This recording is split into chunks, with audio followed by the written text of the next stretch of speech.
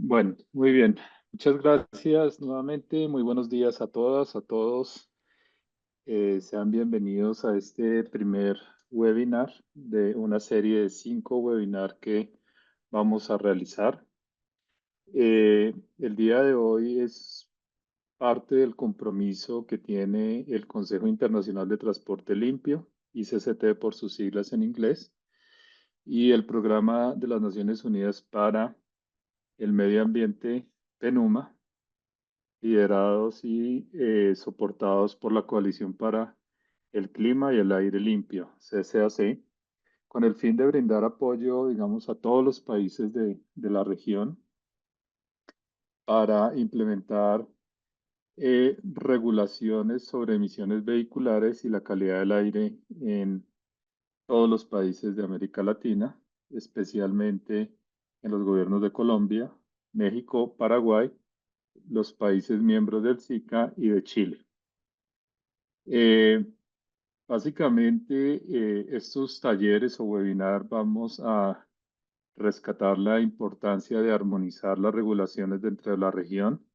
Esto en pro, obviamente, de que somos una única región y en esta única región nosotros podemos intercambiar experiencias, pero también un intercambio comercial que nos permita agilizar mucho mejor los temas de comercio internacional dentro de nuestra región y pues básicamente a través de unos apoyos sobre la regulación de vehículos nuevos y usados. Entonces, este primer seminario vamos a hablar sobre actualizaciones de estándares de emisiones para el sector transporte y su influencia en la calidad del aire en las diferentes ciudades de América Latina. Como les digo, este es uno de 5 webinars que vamos a realizar a lo largo de estos próximos eh, 12 meses. Siguiente, por favor.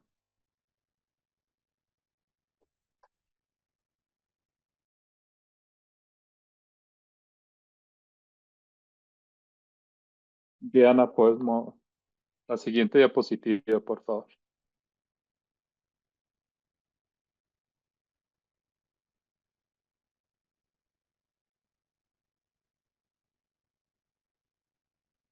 Bien, mientras que Diana se mueve a la siguiente diapositiva, la agenda del día de hoy, vamos entonces a ir más o menos a lo largo de 30 minutos con una presentación sobre estándares, tipos de contaminantes vehiculares, tecnología y combustibles, regulaciones y el contexto global, que lo va a desarrollar nuestra especialista Leticia Pineda. Posteriormente vamos a tener una franja de 10 minutos para preguntas sobre esta primera sesión y posteriormente vamos a continuar con otra sesión de 30 minutos sobre calidad del aire y sus impactos en la salud, estándares de la Organización Mundial de la Salud y diagnóstico de la calidad del aire en las ciudades de América Latina y retos y oportunidades desarrollada por nuestro especialista Marcelo Fernández. Finalmente haremos un espacio para las preguntas sobre esta última sesión y al final haremos un englobe de las principales conclusiones sobre cada una de estas dos intervenciones. Siguiente, por favor. Nuestros panelistas del día de hoy están conformados por inicialmente Marcelo Fernández Gómez. En la actualidad, Marcelo es consultor del Programa de Naciones Unidas para el Medio Ambiente de PNUMA. Marcelo es un ingeniero civil industrial de la Universidad de Chile, tiene más de 30 años de experiencia en gestión ambiental. Él fue subsecretario de Medio Ambiente de Chile. Cuando ejerció su función como subsecretario, creó la División de Calidad de Aire y Cambio Climático del Ministerio del Medio Ambiente en Chile. Ha desarrollado políticas y regulaciones para el control de la contaminación atmosférica del aire a nivel país. Actualmente se desempeña como consultor independiente en temas estratégicos relacionados con energía, medio ambiente y cambio climático. Y como les mencioné, en la actualidad pues nos acompaña a través de Penuma como consultor.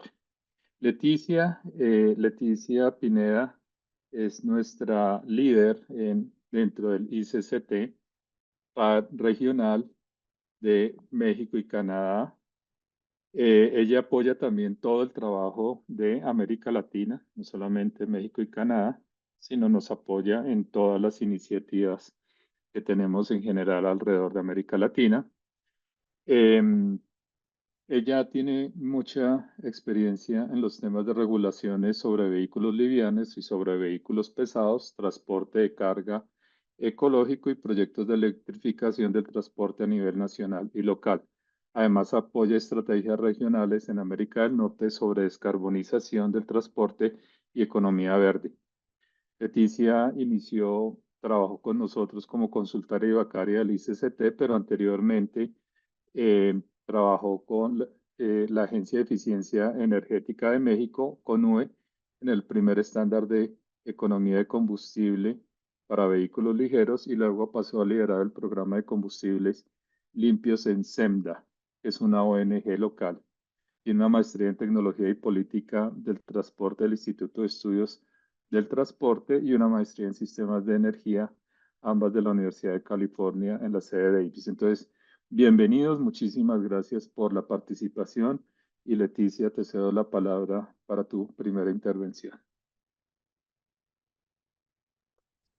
Muchas gracias, Elmer. Muchas gracias a todos los que nos acompañan el día de hoy. Voy a comenzar esta presentación, pero a lo largo de ella, si ustedes tienen algunas preguntas, por favor, si nos las pueden enviar en el chat y al final vamos a poder atenderlas.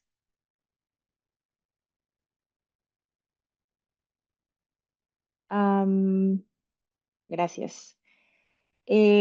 Voy a empezar solamente dando una pequeña introducción de quién es el ICCT, solo para aquellos que no estén tan familiarizados con nosotros, pero el ICCT es una organización de investigación técnica independiente sin fines de lucro y justamente todos nuestros esfuerzos van hacia poder avanzar la descarbonización del transporte a nivel global. Muchos de los esfuerzos que hemos podido avanzar en los principales mercados tienen que ver con regulaciones vehiculares, tanto de contaminantes locales como contaminantes globales, al igual que otro tipo de programas que nos permitan también acelerar la adopción de vehículos cero emisiones. Entonces, tenemos una presencia global y particularmente estos webinars se van a enfocar justamente para la región de Latinoamérica y vamos a compartir también mejores prácticas. La siguiente, por favor. Estos son los enfoques en los que trabajamos, la idea de poder colaborar con varias regiones, el análisis de datos, tener una visión global y justamente entender cómo juega el papel de las regulaciones, de políticas y cuál es la ambición de cada uno de los países y lo que tenemos que hacer en conjunto. En el monitoreo también tenemos bastante experiencia justamente en la medición y el seguimiento de emisiones en condiciones reales de manejo y también gran esfuerzo que hacemos es en el tema de desarrollo de capacidades y justamente tratar de resolver algunas dudas o mitos que por ahí se puedan encontrar. La siguiente, por favor. Bueno, voy a empezar hablando sobre algunas de las principales emisiones vehiculares, solamente para poder adentrarme en el tema regulatorio. Eh, Ustedes saben, hay algunas emisiones que tienen impacto local, como son los óxidos de nitrógeno, el CO, óxidos de azufre, el material particulado, tanto fino como ultrafino, el plomo y dentro del, bueno, y el ozono también. Dentro del material particulado ultrafino, que son las PM2.5, es una parte, un componente de estas partículas es el carbono negro y la verdad es que también las partículas es como un amalgamiento de varios contaminantes. El ozono troposférico no es una emisión directa, es una emisión secundaria que se forma en la atmósfera justamente por la interacción de otros gases y la radiación solar, y voy a hablar un poquito más de ello. Y para el tema de impacto global, hay algunos otras emisiones, como el dióxido de carbono, el óxido nitroso, el vapor de agua también es un componente que absorbe calor. Y también está el metano y los contaminantes fluorados.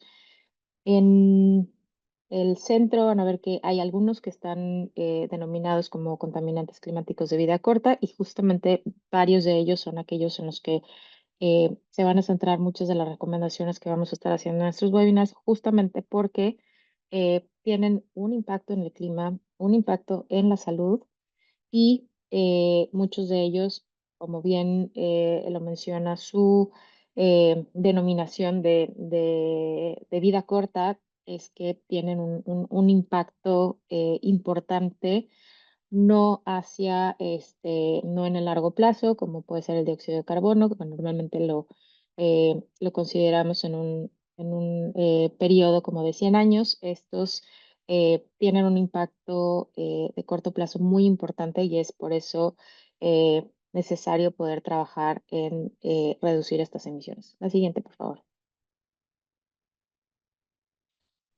Eh, Justo como les mencionaba sobre las emisiones anteriores, las eh, emisiones de escape que se deben de controlar en vehículos que utilizan tanto diésel como gasolina, pues son algunos de ellos. Mencionábamos el monóxido de carbono, los hidrocarburos, compuestos orgánicos volátiles, óxidos de nitrógeno, el material particulado, y que particularmente dentro de ellos se encuentra el carbono negro. eh, y como pueden ver, tiene un potencial de calentamiento eh, casi 2.500 veces más que el CO2 en una escala de 20 años, y más o menos como 650 veces en una escala de 100 años. Por eso es que es tan importante tener ciertas medidas que atiendan estas emisiones. Y abajo también van a ver algunos de los límites de emisiones de escape que justamente se encuentran regulados en la Unión Europea o Estados Unidos. Entonces, estos son el tipo de contaminantes que las regulaciones consideran a nivel global. La siguiente, por favor. Esto va a ser rapidísimo, nada más para poder dar un poquito de contexto sobre la relevancia de justamente algunos de estos contaminantes, pero mi colega Marcelo va a hablar mucho más sobre los impactos en salud de estas emisiones. Particularmente nos interesa muchísimo cuidar de nuevo el tema de las partículas ultrafinas. Son partículas que llegan al torrente sanguíneo, que son tan pequeñitas, y del lado derecho ustedes van a ver esta infografía donde se aprecian diferentes niveles eh, de diámetros. Un grano de sal son 60 micras, y la PM60, y así se van haciendo hasta que comparamos con incluso el coronavirus, ¿no? Entonces, los glóbulos rojos, por ejemplo, son más grandes que estas partículas ultrafinas, y por eso es que es tan importante cuidarlas, porque llegan al torrente sanguíneo, al cerebro, y tienen importantes repercusiones en la salud. Tanto en una exposición aguda, vamos a tener ciertos em, eh, temas como de dolor de cabeza, de inflamación, asma, irritación, pero bueno, a lo largo de muchos meses ya tienen importantes eh, consideraciones para enfermedades cardíacas, cardiovasculares, eh, cáncer, y particularmente pues estas afectan a los segmentos de población mucho más vulnerables, como son los adultos mayores, y también los niños y las personas que tienen alguna afectación en salud. La siguiente, por favor. En el tema de ozono, recordábamos que estábamos hablando del ozono troposférico, el ozono que tenemos en este segmento de la atmósfera en donde nosotros vivimos y justamente es un contaminante secundario que se forma a través de la combinación entre óxidos de nitrógeno, compuestos volátiles orgánicos y la radiación solar. De su lado derecho van a ver una imagen de un alvéolo y justamente para representar que el ozono es un potente oxidante que inflama y daña las vías respiratorias, lo cual lo vamos a ver como en temas de no poder respirar muy bien, no poder respirar profundamente, y se agravan condiciones respiratorias como asma, enfisema, bronquitis crónica y se puede dañar permanentemente el tejido pulmonar. Justamente por eso los pulmones son más susceptibles a infecciones y bueno, el ozono es un contaminante, es un componente del smog y se estima que causa 1 millón de muertes prematuras al año. La siguiente, por favor. Bueno, ¿qué es lo que necesitamos hacer para poder atender estas emisiones vehiculares? Es justamente pues desarrollar regulaciones tanto de emisiones de escape de los vehículos como de los combustibles que utilizan para su operación. Y esto nos va a llevar hacia una transición que permita habilitar tecnologías mucho más limpias. Y justamente como hacíamos esta separación en regulaciones tanto para los contaminantes locales, que son aquellos que afectan nuestra salud, como los contaminantes climáticos, hay que trabajar en ambos. eh, en el tema de contaminación local, la calidad de combustibles, particularmente el contenido de azufre, es sumamente importante a nivel global. El estándar al que todos los países están orientándose es a tener un nivel de contenido de azufre menor a 10 partes por millón. Los estándares también que están ya implementados y probados son los Euro 6 y en número ordinal va a ser, nos vamos a referir a las regulaciones de vehículos ligeros y en números romanos nos vamos a referir a las regulaciones de vehículos pesados. Entonces, estándares de emisiones vehiculares, a pesar de que ya existe Euro 7, estamos nosotros enfocándonos en este cambio regulatorio porque justamente es el salto que nos permite ya llegar a un nivel de reducción de emisiones muy importante eh, y que es mucho más factible para los países de América Latina y el Caribe. Eh, Dentro del tema de reducción de la contaminación local, necesitamos trabajar en programas de renovación de flota y también hay algunos programas como zonas de bajas o cero emisiones que también nos permiten acelerar la adopción de tecnologías mucho más limpias al restringir el acceso a estas zonas hacia aquellos vehículos que tengan muchas menos emisiones y por lo tanto mejores sistemas de control de emisiones.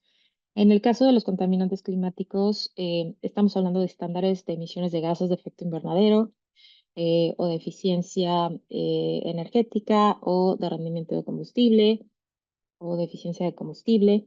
Eh, También se acompañan muchos de ellos a través de un etiquetado de emisiones o de eficiencia, donde los consumidores van a poder saber qué tanto contamina su vehículo o qué tanto consume en términos de un rendimiento de combustible o consumo de combustible.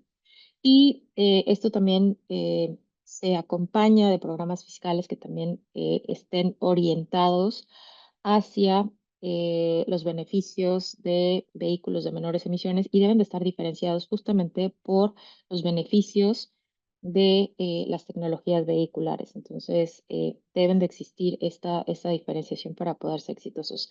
Y todo esto nos va a llevar a esta transición hacia vehículos ya de cero emisiones, que es algo que ya está sucediendo a nivel global en algunos países, ya se está haciendo este salto tecnológico, lo cual es sumamente importante, llegar a controlar y a reducir en cero las emisiones de escape de los vehículos es una medida necesaria para poder llegar a los compromisos climáticos globales, a las contribuciones nacionales determinadas de los países, a poder realmente reducir dramáticamente los efectos de la contaminación local. Y cuando hablamos de vehículos cero emisiones, quiero hacer la aclaración, son vehículos eléctricos de batería o de celdas de combustible. La siguiente, por favor. Los vehículos y los combustibles actúan como un solo sistema y esto es algo que debe de considerarse como uno. Al nosotros tratar de reducir o regular las emisiones de los vehículos, debemos necesariamente de regular y requerir la calidad de combustibles necesarios para que puedan alcanzar las reducciones adecuadas y el buen funcionamiento de los sistemas de control de emisiones. Mencionaba anteriormente que a nivel global el estándar es justamente limitar el contenido de azufre máximo de gasolinas y de diésel a 10 partes por millón. Eh, y esto lo que nos va a permitir es habilitar la adopción de mejores tecnologías, como son los estándares Euro 6, eh, que justamente requieren de este tipo de combustibles de ultra bajo contenido de azufre para poder em, funcionar adecuadamente sus sistemas de controles de emisiones y además en otros vehículos que no en circulación, que tal vez tengan una tecnología anterior, también van a reducir las emisiones en circulación. Entonces, es importante que se regulen estos dos parámetros y que los consideremos como un solo sistema. La siguiente, por favor. Aquí es una gráfica que les muestra la evolución de los diferentes estándares europeos, desde el Euro 1 hasta el Euro 6, y son los factores de emisión de PM2.5 y justamente en la parte de arriba se ve cuál es el contenido de azufre requerido para poder eh, utilizar o poder adoptar estas regulaciones y con las cuales se hace esta asociación y se pueden alcanzar las reducciones que están consideradas para el uso de esta tecnología. Entonces vamos a ver que hay tanto niveles de azufre, que es lo que está como sombreado y va disminuyendo hasta las 10 partes por millón de azufre de contenido y hay una diferenciación también entre las reducciones de vehículos pesados, eh, de como grandes camiones que utilizan diésel como combustible y también vehículos ligeros que utilizan diésel como combustible. Entonces, se van a dar cuenta que hay una reducción dramática de un 99% desde un estándar Euro 1 hasta el estándar Euro 6. Entonces, de nuevo, reafirmar que el contenido de azufre es uno de las variables o de los parámetros más importantes para poder acceder y habilitar el uso de tecnologías más limpias. No es el único parámetro que nos interesa, hay algunos otros, pero este particularmente nos permite justamente que los sistemas de control de emisiones avanzados puedan funcionar correctamente. La siguiente, por favor. Y bueno, ¿cómo empezamos? Eh, el, la forma en la que nosotros podemos avanzar en la regulación o en limitar las emisiones de los vehículos es justamente empezando por las emisiones de vehículos nuevos. Este es el primer paso, ya que con esto lo que nosotros hacemos es garantizar que todos los vehículos que se vayan uniendo a la flota sean los vehículos más limpios y esto lo que va a hacer es que vamos a disminuir las emisiones a lo largo de su vida útil. Entonces nos interesa que todos los vehículos que se integran a la flota cuenten con los mejores sistemas de control de emisiones. Al hacer más estrictas estas regulaciones para vehículos nuevos, podemos hacer más estrictas justamente las regulaciones para vehículos en circulación. Es como un efecto en cascada donde al regular los vehículos nuevos tenemos que mejorar y hacer mucho más estrictas las normativas de vehículos en circulación. Entonces, naturalmente, al tener este círculo, eh, e introducir vehículos nuevos con menores contaminantes, se van a ir eventualmente renovando al final de la vida útil. También se pueden establecer mecanismos para acelerar esta renovación vehicular y esto lo podemos ver enfocándonos en aquellos que son mucho más contaminantes. Y algo que es súper importante es tener también políticas para el cumplimiento y la verificación de estas regulaciones. Lo que nosotros también le llamamos el compliance y el enforcement. Y esto también nos va a poder retroalimentar sobre si hay alguna falla en los vehículos en circulación o si hay que también revisar cuáles son el impacto de las regulaciones de vehículos, de emisiones de vehículos nuevos, ¿no? Entonces es importante que exista una regulación ambiciosa, una regulación comprensiva, pero además que existan también estos mecanismos de cumplimiento y de verificación que nos permitan entender cuál es el impacto real de estas regulaciones. Y bueno, como les mencionaba, asumimos, porque es un solo sistema, que estas regulaciones de vehículos ya incluyen o consideran también los requerimientos de combustible necesarios para poder funcionar. La siguiente, por favor. Em, Para nosotros poder acceder, acelerar y además de las políticas más efectivas para poder mejorar los sistemas de control de emisiones, justamente son las emisiones vehiculares. Si nosotros no las regulamos, es muy difícil que este cambio y este avance tecnológico y esta disminución de emisiones se logre. En su pantalla van a ver dos gráficas. La primera, la del lado izquierdo, representa las emisiones por estándares Euro 2 hacia el Euro 6 y van a ver cuáles son los límites de emisión tanto de NOxes como de eh, PM10 y estos son los límites de certificación. Entonces, eh, vemos efectivamente que las disminuciones más dramáticas las vamos a encontrar en el Euro 6. Y bueno, del otro lado están las regulaciones de CO2 o de consumo de combustible. Aquí estamos presentando aquellas para camionetas ligeras normalizadas al ciclo CAFE. Y también vamos a ver cómo en algunas regiones, como en el caso del Reino Unido, la Unión Europea, eh, tienen unas metas incluso de cero emisiones de escape, lo cual eso pues ya estamos hablando de vehículos cero emisiones. Entonces necesitamos regular las emisiones vehiculares para justamente poder hacer esta evolución tecnológica en las emisiones vehiculares. La siguiente, por favor. Y bueno, mencionaba sobre los mecanismos de cumplimiento y verificación. Existen programas de inspección y mantenimiento, hay pruebas de emisiones dependiendo del tamaño del vehículo, pruebas de emisiones en un dinamómetro o de chasis o en un banco también para de motor.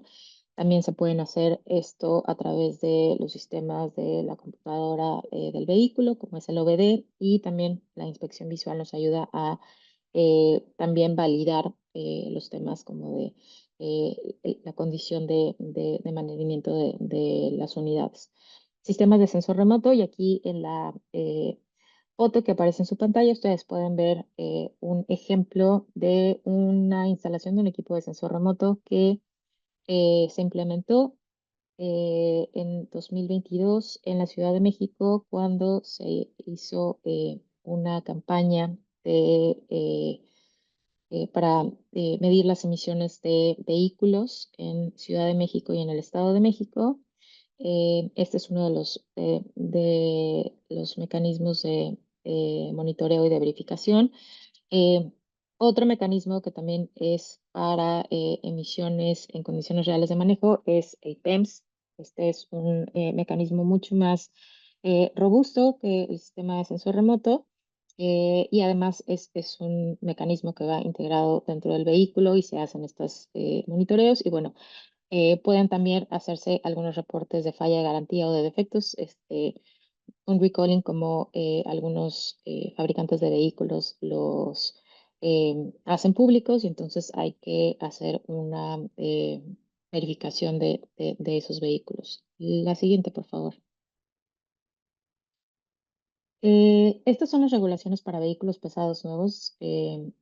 Van a ver del lado izquierdo son las normativas europeas, y en el caso del lado derecho son las normativas de Estados Unidos.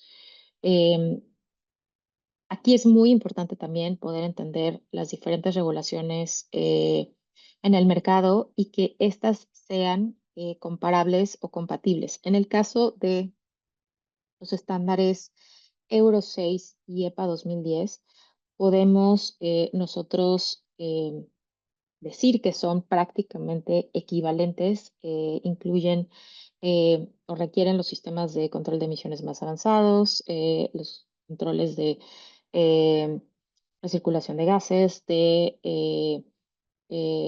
sistema de reducción catalítica selectiva, el catalizador de oxidación, el filtro de partículas, y es necesario la calidad de combustible de menos de 10 partes por millón. Entonces, más o menos ustedes pueden ver en su pantalla cómo están más o menos en la misma magnitud de límite de emisiones. La siguiente, por favor. De nuevo, les decía, los estándares de emisiones son progresivos y deben de ser progresivos en la reducción real de emisiones. En el esquema del lado izquierdo es justamente cómo se van añadiendo estos componentes o estos sí, sistemas de control de emisiones se vuelven más robustos, y en el caso del Euro 6 justamente se cuentan con estos sistemas. Eh, Algo que quiero también mencionar es la utilización de la urea o del DEF, que es un componente necesario para el uso de tecnologías de reducción catalítica selectiva. Y del lado derecho van a ver ustedes también cómo se van haciendo mucho más estrictos tanto los límites, pero los ciclos de manejo y los requerimientos de OBD. Y también vemos y comprobamos por muchísimas pruebas que las emisiones reales eh, coinciden mucho más con las emisiones de certificación. La siguiente, por favor. Y bueno, ya para ir cerrando, darles un poco del contexto de cómo estamos a nivel global. Este es el contenido de azufre en diésel por políticas adoptadas. Los diferentes colores representan distintos niveles de contenido de azufre. En 2022, el que es como un azulito es justamente el que estamos nosotros tratando de llegar, que es menos de 15 partes por millón. Y las regiones con mayor contenido de azufre en diésel en este momento todavía son el norte, oeste y centro de África, oeste, centro y sureste de Asia, y centro y Suramérica. La siguiente, por favor. Este es también un mapa para presentarles a nivel global cómo están los estándares y la implementación de emisiones vehiculares de vehículos pesados en los países G20. Aquí hay un cronograma y están los estándares equivalentes a los euros. La mayor parte de las economías ya han adoptado o implementado estándares Euro 6, excepto, por ejemplo, Argentina, Indonesia, Rusia, Arabia Saudita y Sudáfrica. Y en algunas regiones el tema de calidad de combustible es una barrera todavía importante, como en el caso de Indonesia. La siguiente, por favor. Estos son los estándares de emisiones para vehículos ligeros. Eh, Empezamos con el G20 y de nuevo la mayor parte de las economías han adoptado o implementado estándares Euro 6. a excepción de Argentina, Australia, Brasil, Indonesia, México y Arabia Saudita. La siguiente, por favor. Este es, de nuevo, otro mapa global de emisiones vehiculares. Del lado izquierdo son vehículos pesados y del lado derecho vehículos de gasolina, y también están diferenciados por su nivel de emisiones. Aquí sí, el azulito más oscuro, en el caso de vehículos ligeros y pesados, ya se incluye el Euro 6. Y ya para terminar, la siguiente, porfa. Estos son solamente haciendo un zoom a los estándares de emisiones en América Latina.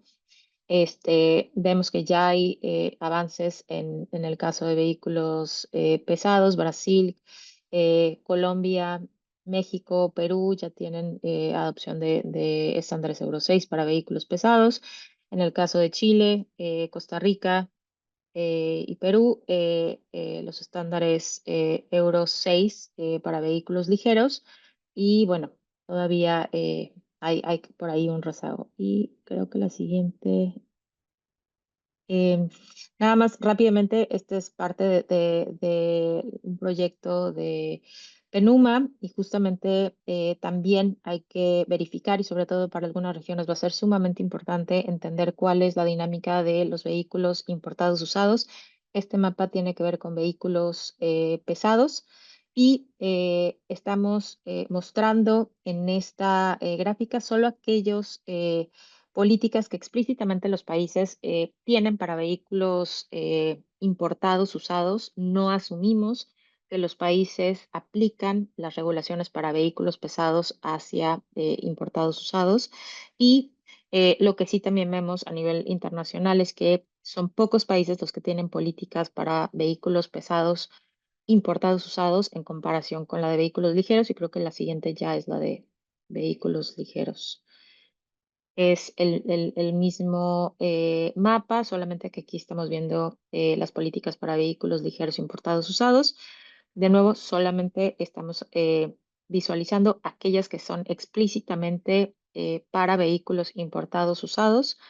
Y vemos que la región Asia-Pacífico y Sudamérica generalmente tienen mayores restricciones de imponer, y también los colores tienen esta diferenciación de políticas.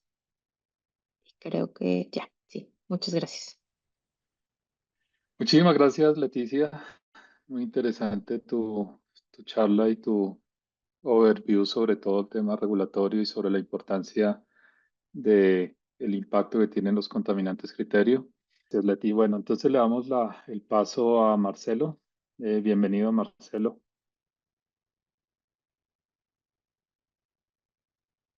Hola, muy buenos días a todos y a todas. Eh, Gracias, Helmer, por la presentación que hiciste hace un rato.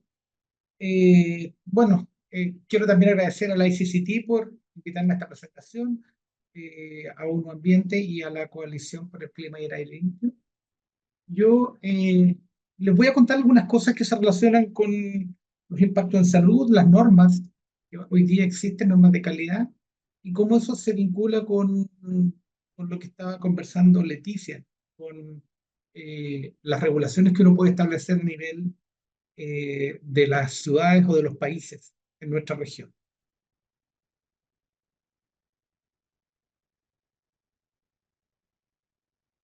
Entonces voy a hablar brevemente sobre la calidad del aire y los impactos en la salud. Vamos a repasar las guías que tiene la OMS de calidad del aire, son bastante recientes, y los estándares que se han establecido en la región. Vamos a ver cuál es la vinculación que hay entre la calidad del aire y el cambio climático, que es un poco lo que ya mencionó Leticia. Y finalmente, eh, quiero enfocarme en el black carbon y en las oportunidades que hay, considerando que es un contaminante, digamos, que está en los dos mundos, en el mundo del cambio climático y en la contaminación atmosférica.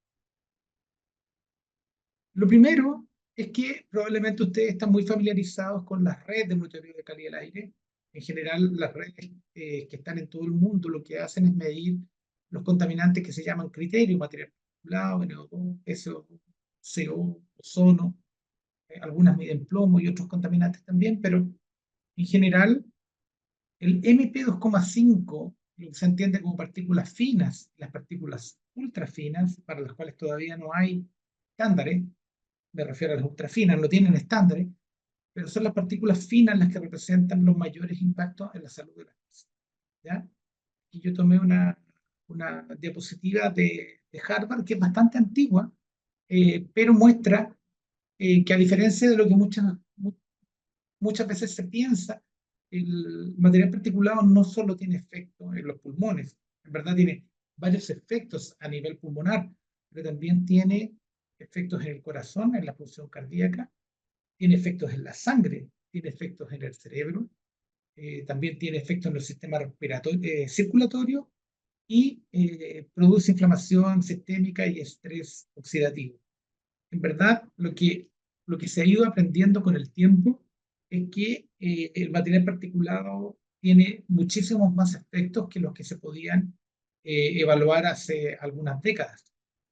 También es importante entender que así como va evolucionando las tecnologías para medir contaminantes, también va mejorando la precisión respecto de cuáles son los contaminantes que producen los efectos.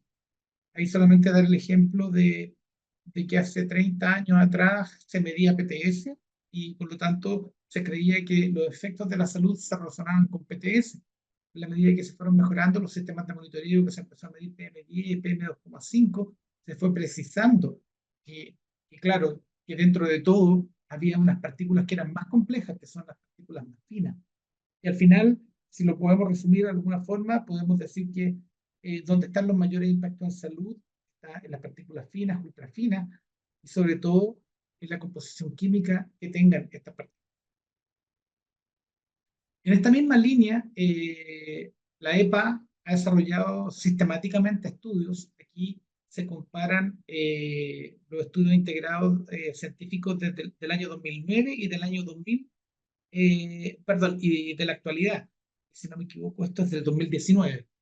Lo que hace aquí es que muestra para cada uno de estos efectos, efectos respiratorios, cardiovasculares, metabólicos, sistema nervioso central, efectos reproductivos, cáncer y mortalidad, muestra la calidad de la evidencia científica, ¿ya? Para corto plazo y largo plazo. ¿Ya? Entendamos que la exposición a los contaminantes atmosféricos normalmente se mide la exposición aguda en el corto plazo y generalmente en el caso del material particulado se refiere a las normas de 24 horas y por otro lado están los efectos crónicos que son de largo plazo y ahí lo que aplica son las normas anuales, ¿ya? Y ustedes acá pueden ver en esta columna que aparece la fracción PM2,5, la fracción fina, la fracción gruesa y el ultra fino, ¿ya? Solamente les quiero destacar que lo que muestra esto es que al año 2009 teníamos bastante evidencia de muchos impactos. Sin embargo, no había evidencia de efectos metabólicos, no había, no había evidencia de los impactos en el sistema nervioso central, por ejemplo. Sin embargo, hoy día ya existen evidencias, unas más fuertes que otras. Fíjense que acá el color rojo significa una relación causal. Entonces, por ejemplo, los impactos cardiovasculares estaban ya descritos para el material particulado 2,5 hace mucho tiempo y eso hoy día está bastante claro. Lo mismo la exposición de largo plazo de estos mismos efectos cardiovasculares. Acá está la exposición de corto plazo, también tiene efectos en mortalidad y a largo plazo también tiene efecto en la mortalidad. Por lo tanto, ojo ahí que el hecho de que respecto del material particulado ultra fino todavía no se tenga evidencia tan sólida, tiene que ver con que la disponibilidad de esta información es más reciente y está menos difundida. Son pocos países, probablemente Europa y Estados Unidos, tal vez Japón, que miden en forma sistemática este tipo de contaminantes. Dentro del material particulado tenemos al carbono negro. El carbono negro, de alguna forma simple, uno puede decir que es una parte del material particulado. ¿Ya? Es un componente de las partículas finas y está relacionado con una mayor mortalidad, en particular con enfermedades cardiovasculares y respiratorias. Los estudios muestran una asociación positiva entre la exposición al black carbon y un mayor nivel de mortalidad. ¿Ya? ¿Cómo el carbono negro afecta a la salud? Bueno, tiene efectos cardiovasculares, tiene efectos respiratorios y tiene otros efectos en la salud. Y la inhalación de partículas de carbono negro también puede irritar los ojos, la nariz y la garganta. A largo plazo, la exposición prolongada al carbono negro se asocia con un mayor riesgo de mortalidad por todas las causas, ¿ya?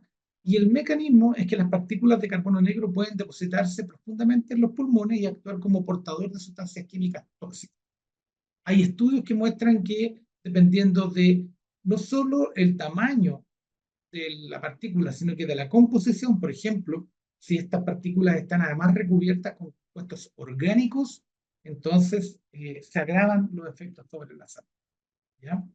Eh, entonces, entendamos bien que así como hoy día existe mucha evidencia respecto del PM2,5, no existe tanta evidencia del material particulado ultrafino, pero sí hay evidencia. Bueno, lo mismo pasa con el black carbon. Hay evidencia, todavía no es tan definitiva como las evidencias que tenemos para el PM2,5 y tiene que ver con lo que decía anteriormente. No existen redes de monitoreo de black carbon extendidas a nivel mundial y por lo tanto por eso que no es tan fácil todavía hacer estos vínculos entre los efectos en salud que tiene el carbono negro, los efectos en salud que tiene el particulado fino y ultra. Aquí hay un estudio que muestra la distribución y la gran variabilidad que hay en las concentraciones de black carbon y la mortalidad prematura que producen. Se destaca, por ejemplo, la gran cantidad, en este caso, de mortalidad que podría estar asociada a carbono negro, prematura me refiero, en zonas como la India y China, que son probablemente las zonas donde se concentran las ciudades con mayores niveles de contaminación.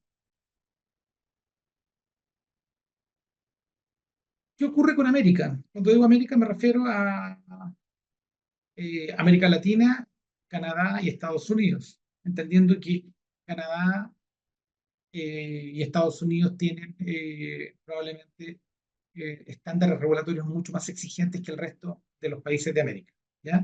¿Qué vemos? Altos niveles de PM2,5 en los países latinoamericanos. No todos estos países cuentan con redes de monitoreo y algunos no cuentan ni siquiera con normas de calidad para PM2,5.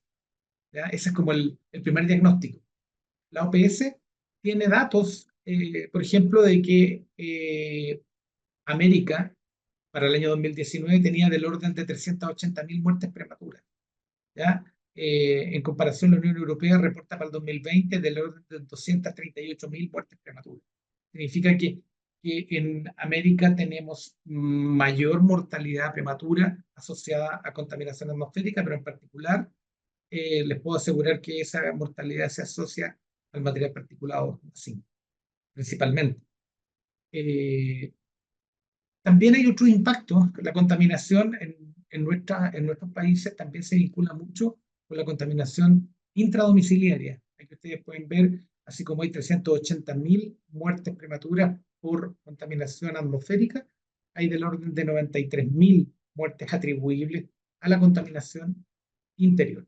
Bueno, por eso que, por ejemplo, CCIC tiene una línea de trabajo específica para los sistemas de cocción de alimentos o de calefacción en interior. Las directrices de la OMS. Entender que las directrices de la OMS no son estándares internacionales, son simplemente referencias, pero son referencias que se basan en la mejor información científica, ¿ya? Por lo tanto, tienen que ser tomadas como referencia. Evidentemente, y la misma OMS siempre lo ha dicho, la OMS no pretende que los países estén obligados a cumplir con estos estándares. En verdad, los estándares que establece cada país se establecen en base a una decisión política, técnica, económica, que también tiene que ver con los niveles en los que se encuentra cada país. Si un país tiene niveles muy altos de contaminación por 2,5, por ejemplo, probablemente poner como valor norma los valores guía de la OMS va a ser un suicidio porque va a tener todo el país con altísimos niveles de contaminación referencia a la norma. Lo que van haciendo los países normalmente es que van avanzando gradualmente. Y por eso que lo que hace la OMS es que propone para la norma diaria, cuyo valor guía es 15, propone que los países pueden ir definiendo valores intermedios. ¿De acuerdo? En la medida que van avanzando cada 3 años, cada 5 años, cada 10 años, eso dependerá de cada país. Lo mismo en la norma anual. Se establecen valores de 35 en el valor intermedio 1, luego 25, luego 15, para llegar a 5. ¿Ya? Yo les puedo decir que en el caso de Chile, por ejemplo, en todas las ciudades que tenemos monitoreo, no tenemos ninguna ciudad, tenemos 25, 30 ciudades con monitoreo de PM2,5 y no tenemos ninguna ciudad que esté por debajo de 5. ¿Cómo se comparan hoy día los estándares en Latinoamérica? Lo primero que les puedo decir es que no es fácil conseguir esta información. Tuve que llamar personalmente a muchos amigos que trabajan en otros países para que me actualizaran la información. Por ejemplo, tenemos a México que tiene una norma anual muy exigente. Tenemos países como Colombia, que tiene una norma anual de 25, pero que va a bajar. El año 2030 va a bajar a 20. ¿De acuerdo? Chile, que está revisando las normas actualmente. Nosotros estaríamos avanzando probablemente a 37 y 15 en norma anual. Y tenemos un caso especial, como por ejemplo Argentina, que no tiene norma, pero sí lo tiene la ciudad de Buenos Aires. ¿No? Entonces, ¿qué es lo que vemos aquí? Que las normas diarias son muy distintas de un país a otro, porque van desde 25 hasta 65, o sea, casi 3 veces. Y respecto a la norma anual, entre 12 y 25, casi el doble. ¿De acuerdo? No hay una homologación estándar, como sí tiene la Unión Europea. La Unión Europea tiene una norma que aplica a la Unión Europea completa. Sin embargo, algunos países de la Unión Europea tienen normas más exigentes. Acá lo que yo quería compartir con ustedes es una comparación entre las normas de calidad que tienen, norma anual y norma diaria, los países de la región, versus los valores que recomienda la OMS. ¿De acuerdo? Entonces, es evidente que los valores que recomienda la OMS son un tremendo desafío, considerando que hoy día casi todos los estándares que están publicados a nivel latinoamericano están muy por encima de estos valores. Ahora, no todos los países que tienen estos estándares tienen buenas redes de monitoreo para hacerle seguimiento. Y tampoco no todos los países de la región tienen una gestión de calidad del aire, digamos, sostenida en el tiempo para reducir estos niveles. Hay países que en verdad están iniciando ese trabajo, hay otros países que no lo han iniciado y hay varios países que ya tienen harta experiencia en esto porque hemos estado afectados por mucha contaminación. Chile tiene mucha experiencia, lleva muchos años, desde los años 90, con programas bastante extensos de gestión de calidad del aire. Brasil, México, Colombia también tiene según mi experiencia, un avance importante. Ecuador también. Bueno, Perú también ha hecho esfuerzos importantes en control de contaminación atmosférica, pero en general no podemos decir que tengamos un comportamiento equivalente todos los países de la región porque no tenemos los mismos estándares, no tenemos los mismos niveles y no tenemos las mismas capacidades de monitoreo. Una cosa muy difícil de conseguir, por ejemplo, son los datos de calidad del aire, más allá de estas redes que existen a nivel mundial, con con sensores de bajo costo que entregan información de muchos puntos, pero en verdad información oficial esté disponible, medida con equipos estándar, no todos los países la tienen disponible. Aquí yo conseguí un dato que se refiere al promedio ponderado para cada país. ¿Qué significa esto? Significa que yo pondero la concentración que tiene una ciudad por la cantidad de habitantes que tiene esa ciudad. Y de esa forma logro hacer un promedio ponderado de los niveles a los que está expuesta la población de cada país. Si uno hace ese ejercicio, para este análisis del año 2022, los países que tenían los niveles más altos eran Perú, Chile, México, Guatemala, Colombia. ¿De acuerdo? Y si ustedes se fijan, son niveles cercanos a 20. la promedio anual. La OMS recomienda 5. Entonces, cuando les digo que hay países de la región que están muy por sobre los niveles de la OMS, me refiero a esto. Y ojo que estos son promedios país. Otra cosa es cuando uno los mira ciudad por ciudad, porque ahí resulta que hay ciudades que están todavía más altas. Nosotros en Chile, por ejemplo, tenemos ciudades que están cerca de 40 microgramos promedio anual de 2,5. ¿Ya? Ciudades que están muy afectadas por contaminación ambiental. Entonces, en resumen de esta primera parte, existe una gran diversidad de normativas de calidad del aire y algunos países de la región todavía carecen de normas de PM2,5. Los altos costos del monitoreo de la calidad del aire impiden a muchos países contar con redes de monitoreo robustas. Por ejemplo, les puedo contar la experiencia de Paraguay, que me toca trabajar con ellos en forma bastante frecuente.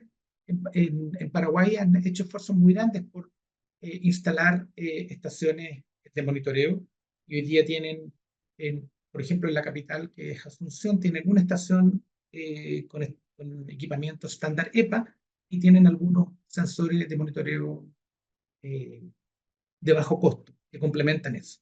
¿De acuerdo? A diferencia de otras ciudades, como por ejemplo, no sé, Ciudad de México, que debe tener más de 20 estaciones de monitoreo oficiales, las ciudades de Brasil, Río y Sao Paulo tienen grandes y extensas redes. En el caso de Chile también tenemos ciudades con la región metropolitana de Santiago, por ejemplo, tiene una red bastante extensa de 11 estaciones oficiales. Insisto, los altos costos del monitoreo impiden que todos los países y todas las ciudades cuenten con un monitoreo oficial para este tipo de contaminantes.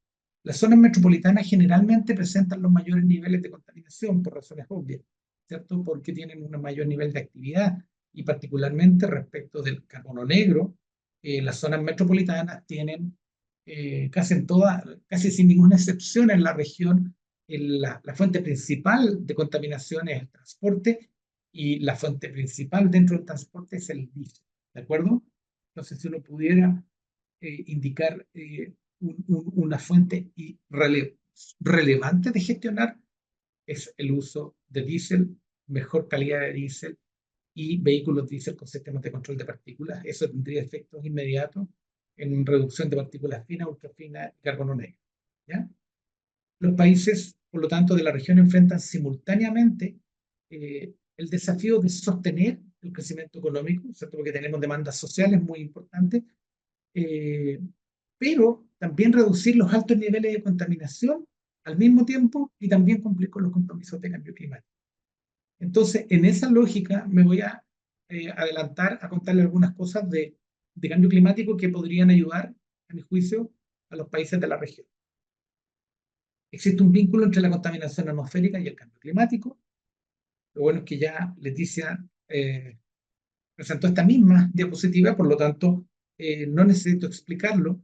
El carbono negro es hoy día un objetivo interesante desde un punto de vista de cambio climático, pero también desde un punto de vista de contaminación atmosférica.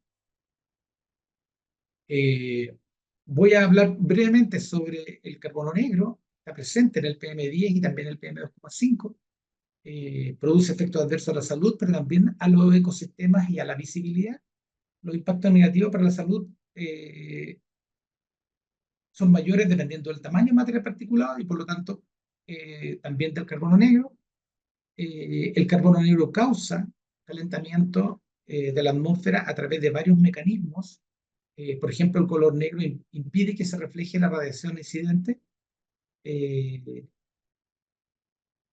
Cuando se deposita en el hielo, reduce el albedo de la superficie y por lo tanto aumenta el derretimiento. También tiene influencia en la formación de las nubes. El carbono negro es un componente del hollín y se genera principalmente por procesos de combustión. El carbono negro se genera, por ejemplo, en las centrales termoeléctricas que operan con carbón, en el transporte, mayoritariamente en el transporte diésel, pero también los vehículos gasolineros emiten una fracción de black carbon, la quema de biomasa también genera black carbon, en general cualquier tipo de proceso de combustión. Y el potencial de calentamiento del carbono negro a diferencia de algunos gases, no es un número exacto, depende de las condiciones que tenga este carbono negro y por lo tanto varía entre hay números que dicen 500, hay algunas fuentes que dicen 500 veces y otras fuentes que dicen que puede llegar hasta 1500 veces respecto del CO2.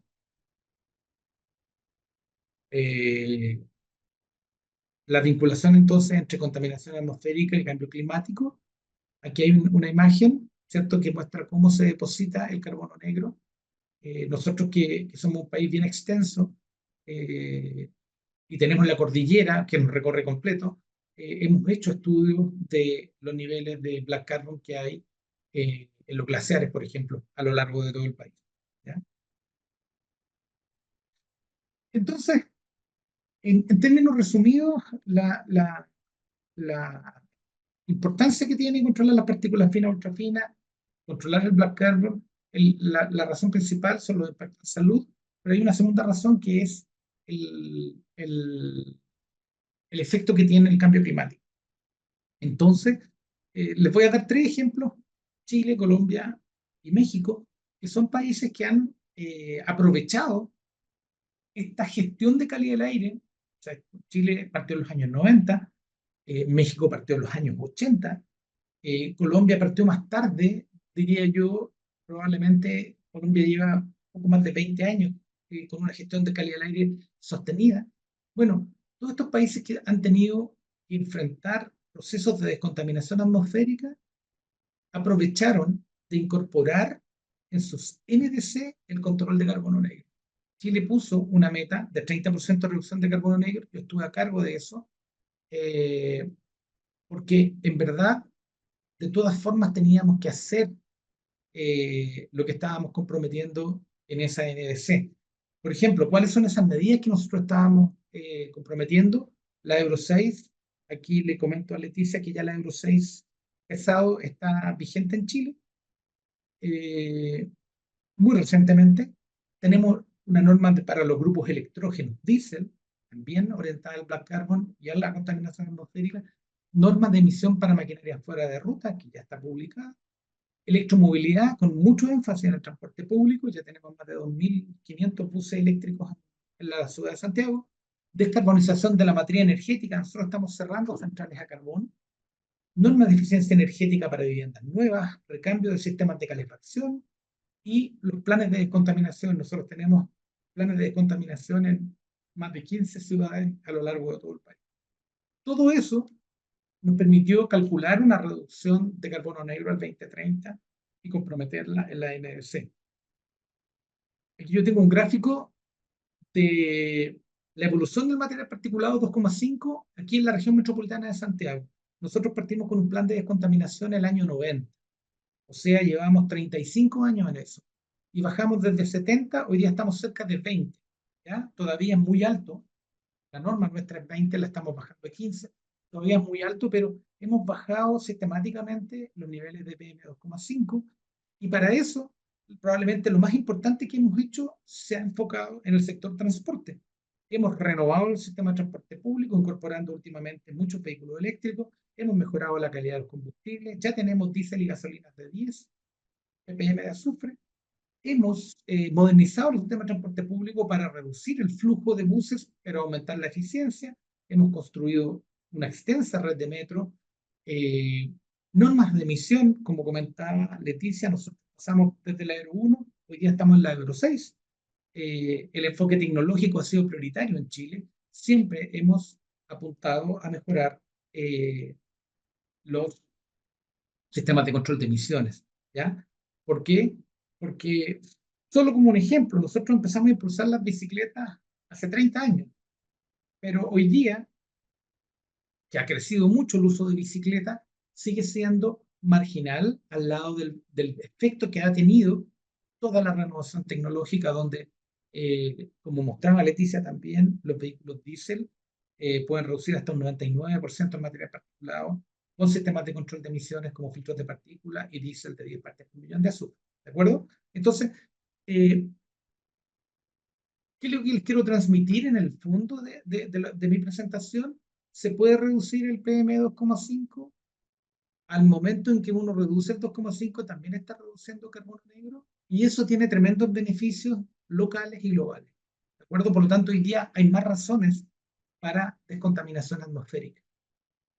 Colombia también fueron mucho más agresivos, pero comprometieron un 40% de reducción del carbono negro al 2030, y los sectores en los que se van a enfocar es energía, ¿cierto? Reemplazando hornos tradicionales por estufas de combustibles modernas, de combustión más limpia, reemplazando hornos y estufas de calefacción tradicionales, eliminando lámparas de queroseno, reemplazar el carbón para cocinar, modernizar, por ejemplo, los hornos industriales, transporte, utilizar filtros para diésel, transición a la Euro 6, y ya cumplieron ese compromiso, eliminar los vehículos diésel de altas emisiones, y así prohibir quemas, por ejemplo, prohibir quemas al aire libre, prohibir la quema de residuos, que es una práctica bastante extendida en nuestras ciudades.